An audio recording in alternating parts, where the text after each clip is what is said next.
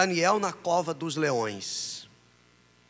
Não é porque a pessoa, agora ela é de Deus, ela decidiu, tomou uma decisão na sua vida de servi-lo de fato e de verdade, que ela não vai encontrar no caminho ou na caminhada problemas e grandes. Aliás, um dos motivos pelos quais homens e mulheres de Deus enfrentam problemas que outras pessoas não enfrentam, é devido ao fato dele ter tomado uma decisão e levar Deus a sério. Eu já ouvi pessoas dizendo: puxa, eu pensava que eu vindo para a igreja, eu entregando minha vida para Jesus, eu não iria passar por tantos problemas assim, eu não iria enfrentar tantas situações assim. Só que a gente tem que entender que quando nós estávamos do outro lado, pessoal, nas trevas, o mal não estava preocupado conosco, porque pertencíamos a ele e nem sabíamos. Estávamos em cima do muro, pertencíamos ao mal e nem sabíamos disso. Então ele não está preocupado com aqueles que são dele, mas sim com aqueles que decidiram, por livre e espontânea vontade, servir a Deus. Olha o que acontece com Daniel. Você vai entender por que muitas vezes você foi também ou tem sido jogado na cova dos leões. Eu diria para você, como disse o apóstolo Paulo, é um privilégio se somos perseguidos por causa do nome de quem? De Jesus. É um privilégio a gente passar por lutas, porque tomamos a decisão de levarmos Deus a sério. E o homem de Deus, a mulher de Deus entende isso. Por isso que a palavra ensina: em tudo, dai graças a Deus, principalmente nas lutas, nas tribulações. Diz a Bíblia assim: pareceu bem a Dário constituir sobre o reino a 120 sátrapas que estivessem por todo o reino, e sobre eles 3 presidentes, dos quais Daniel era um, aos quais estes sátrapas dessem conta, para que o rei não sofresse dano. Então o mesmo Daniel se distinguiu destes presidentes e sátrapas, porque nele havia um espírito excelente.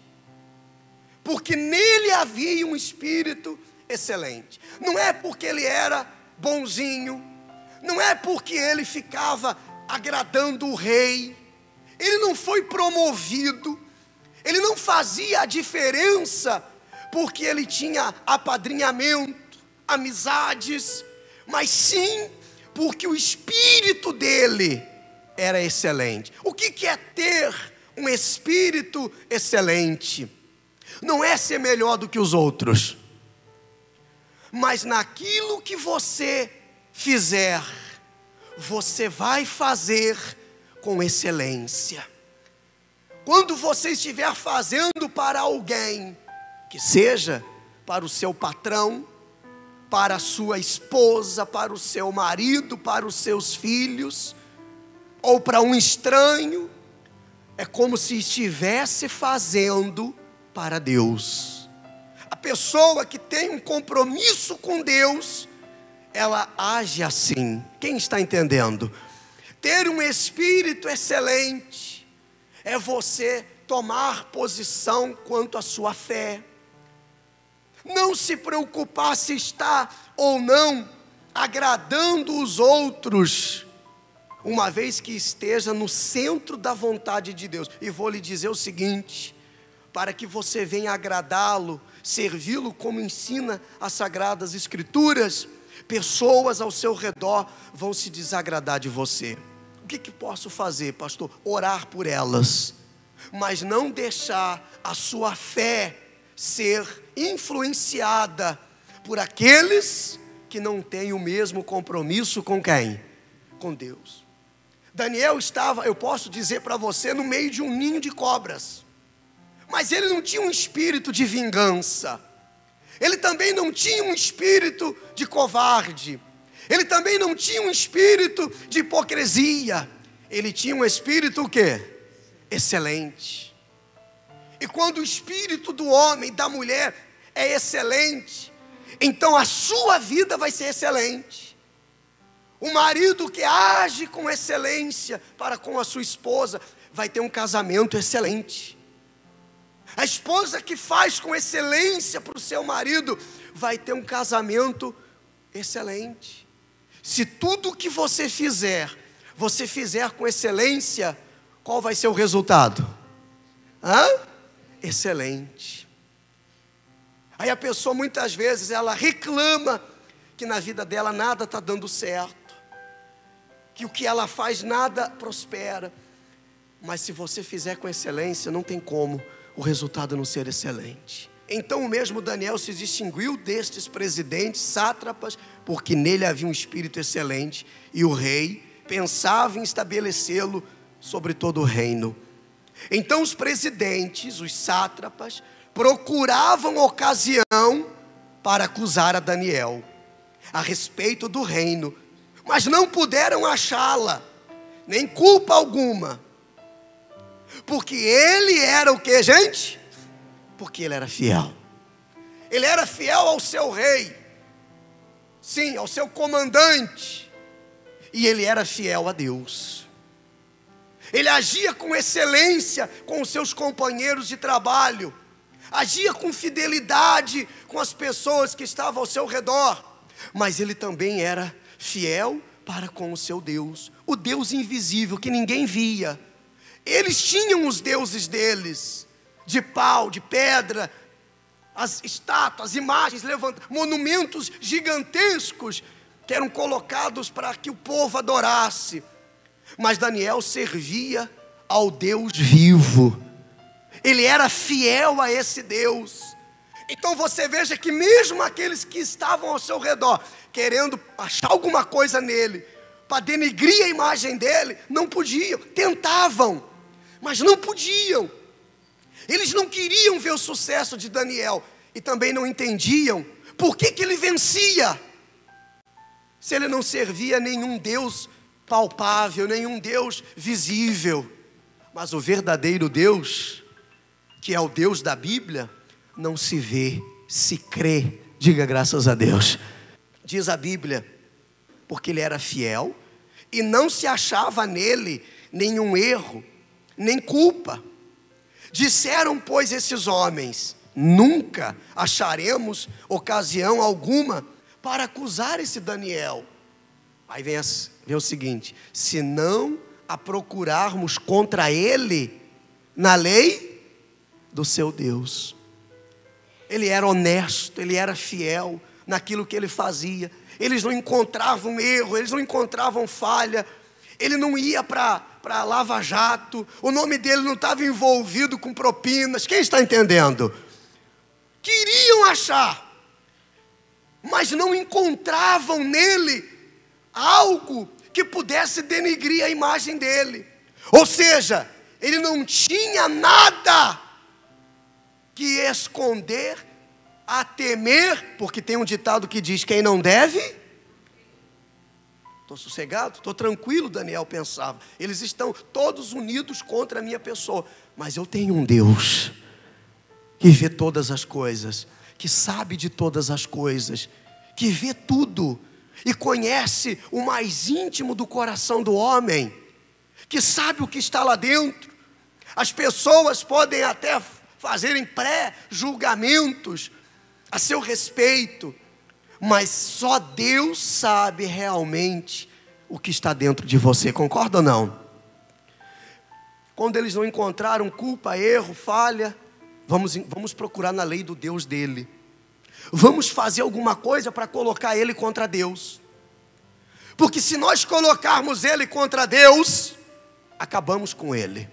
É tudo que Satanás quer, pessoal. Fazer com que a pessoa se afaste da presença de Deus, para ele poder destruí-la. Só tinha um jeito: se era Deus quem guardava Daniel, se era Deus quem protegia Daniel, se era Deus quem dava vitória a Daniel, se esse Deus se afasta de Daniel, ou se Daniel se afasta desse Deus, já era para ele. Mesmo sendo uma pessoa maravilhosa, não ia longe.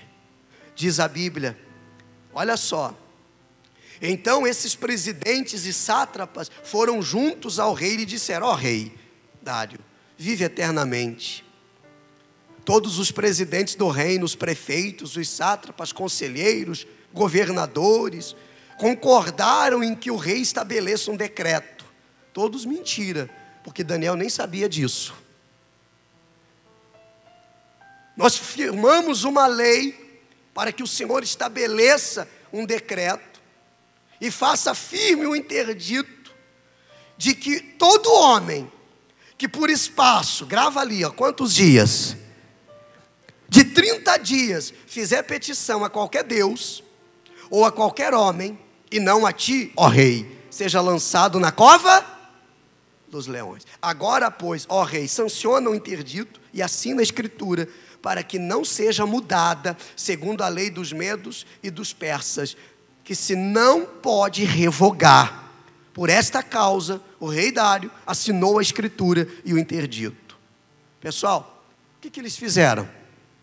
Proibiram que qualquer homem naquele reino pedisse qualquer coisa a outro homem ou a um Deus, em letras minúsculas como estão ali, que não fosse pedir ao rei, esse homem ia ser jogado na cova dos leões. Em outras palavras, eles sabiam que a força de Daniel, talvez eles nem tanto, mas o mal que atua na vida destas pessoas que tentam destruir você, frustrar os seus sonhos, sabia que a força de Daniel vinha da parte de quem? Vinha da parte de Deus. Era devido à sua comunhão com Deus, é porque ele era fiel a Deus, era porque ele levava a Deus a sério. E na cabeça deles, olha só a trama: vamos proibir por 30 dias que nenhum homem ore, que ninguém busque a nenhum Deus, que ninguém peça nada para ninguém, que não seja para o rei. E claro, o rei foi lá e assinou. Satanás não precisa de muito, só 30 dias que Daniel ficasse longe da presença de Deus. Só 30 dias que ele não pudesse falar com Deus, que ele não pudesse orar, fazer os seus jejuns como de costume fazia, e estava decretada a sua derrota, decretado o seu fracasso. E é exatamente assim que funciona nos dias de hoje. Vão surgir situações, pessoal, vão surgir problemas, para que você venha sair da presença de Deus, para que nesse intervalo que você sai da presença de Deus, você venha enfraquecer, você venha colocar dúvidas no seu coração, você comece a olhar para as circunstâncias, e é o tempo que as trevas precisam para dominar a vida de uma pessoa. O diabo não precisa de muito tempo. 30 dias, eles sabiam que era suficiente para a vida de Daniel ir por água abaixo. De um jeito ou de outro a gente pega ele. Se ele quiser buscar a Deus, quiser orar, quiser falar com o Deus dele, nós jogamos ele aonde? Na cova dos leões. Se ele não buscar, se ele obedecer à lei, ele estará se jogando à cova dos leões sozinho. Quer dizer, se correr e se ficar, o leão come. Quem está entendendo? A Bíblia diz assim, Daniel, versículo 10: pois, quando soube que a escritura estava assinada, entrou em sua casa, em cima no seu quarto, onde haviam janelas abertas do lado de Jerusalém. 3 vezes por dia, se punha de joelhos e o que, gente? O que, pessoal? Orava. E dava graças diante do seu Deus, como costumava fazer. Olha aí, ele não se acovardou, porque ele sabia quem era o Deus que ele servia. Ele não se amedrontou, ele não se curvou diante daquela situação, ele não temeu o que o rei poderia fazer com ele, o que aqueles homens poderiam fazer com ele, o que os leões poderiam fazer com ele, porque ele sabia que maior que o rei, maior que os presidentes, os governadores e o poder dos leões, era o poder do Deus que ele servia. Diga glória a Deus. 19, ao romper do dia levantou o rei e foi com pressa à cova dos leões. Chegando-se à cova, chamou por Daniel com voz triste. Disse o rei a Daniel: Daniel, servo do Deus vivo, dar-se-ia o caso que o teu Deus, a quem tu continuamente serves, tenha podido livrar-te dos leões? Então Daniel falou ao rei: ó rei, imagina, uma voz saindo da cova. Uma voz saindo da cova. Não era o leão falando. E também ele não estava dentro da barriga do leão falando. Com clareza: ó rei, vive eternamente, o meu Deus enviou o seu anjo e fez o que, igreja? E fechou a boca aos leões, para que não me fizessem dano, porque foi achada em mim inocência diante dele. Também contra ti, ó rei, não cometi delito algum. Então o rei se alegrou sobremaneira e mandou tirar Daniel da cova. Assim ele foi tirado da cova, e nenhum dano se achou nele, porque crera no seu Deus. Diga amém.